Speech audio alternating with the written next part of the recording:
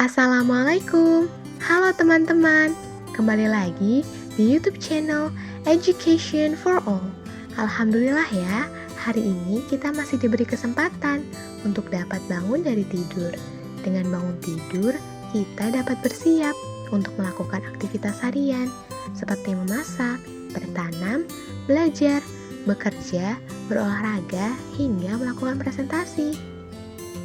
Bagi sebagian orang, mungkin mengatur jadwal aktivitas harian adalah hal yang mudah, karena mereka telah terbiasa untuk membuat jadwal harian dengan bantuan kalender atau tanggalan dan membuat list tugas harian.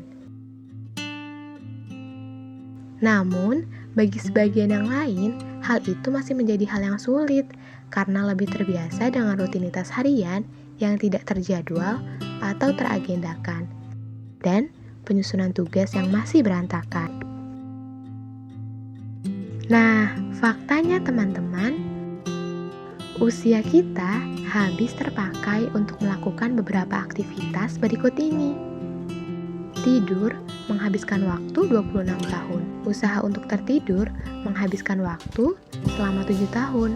Kita membutuhkan waktu untuk bekerja selama 13 tahun. Menggunakan gadget hingga bermedia sosial menghabiskan waktu 11 tahun. 4 tahun kita habiskan untuk aktivitas makan. 3 tahun untuk aktivitas berlibur. Berolahraga dan bersosial menghabiskan waktu 1 tahun. Sisa waktu hidup kita dihabiskan untuk tertawa, jenaka, dan lain sebagainya. Itulah rata-rata usia manusia jika digambarkan dalam angka. Untuk dapat memaksimalkan usia yang kita miliki, kita dapat memulainya dengan meningkatkan kemampuan manajemen waktu kita. Nah, sebenarnya apa sih manajemen waktu itu? Dan bagaimana cara memanajemen waktu yang baik?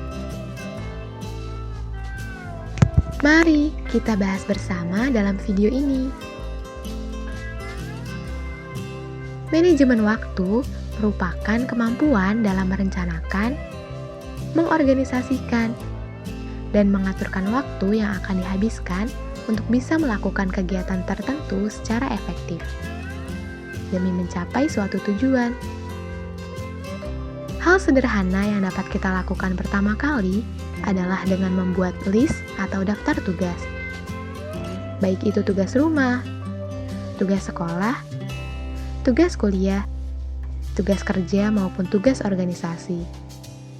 Jangan lupa untuk menambahkan tanggal dan waktu sebagai tenggat waktu dari tugas atau biasa kita sebut sebagai deadline. Hal kedua yang dapat kita lakukan adalah dengan menentukan skala prioritas, mulai dari tugas penting dan mendesak yang harus dikerjakan saat itu juga, tugas penting tapi tidak mendesak yang dapat direncanakan, tugas mendesak tapi tidak penting yang dapat didelegasikan, serta tugas tidak penting dan tidak mendesak yang bisa ditunda atau ditinggalkan. Hal ketiga yang dapat kita lakukan adalah dengan menggunakan teknik Pomodoro saat mengerjakan tugas atau saat belajar. Teknik ini membutuhkan konsentrasi dan fokus kita. Interval waktu digunakan dalam teknik ini. Sederhananya, interval waktu pertama digunakan untuk fokus mengerjakan tugas atau belajar selama 25 menit, dan interval waktu kedua digunakan untuk beristirahat selama 5 menit. Hal keempat yang dapat dilakukan adalah dengan disiplin terhadap jadwal yang sudah kita buat dan kita rencanakan.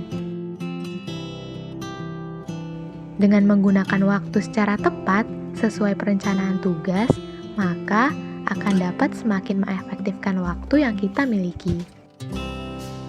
Nah, hal kelima atau hal terakhir yang dapat dilakukan adalah dengan menyediakan waktu untuk bermain atau rekreasi. Tubuh kita juga butuh hiburan, teman-teman.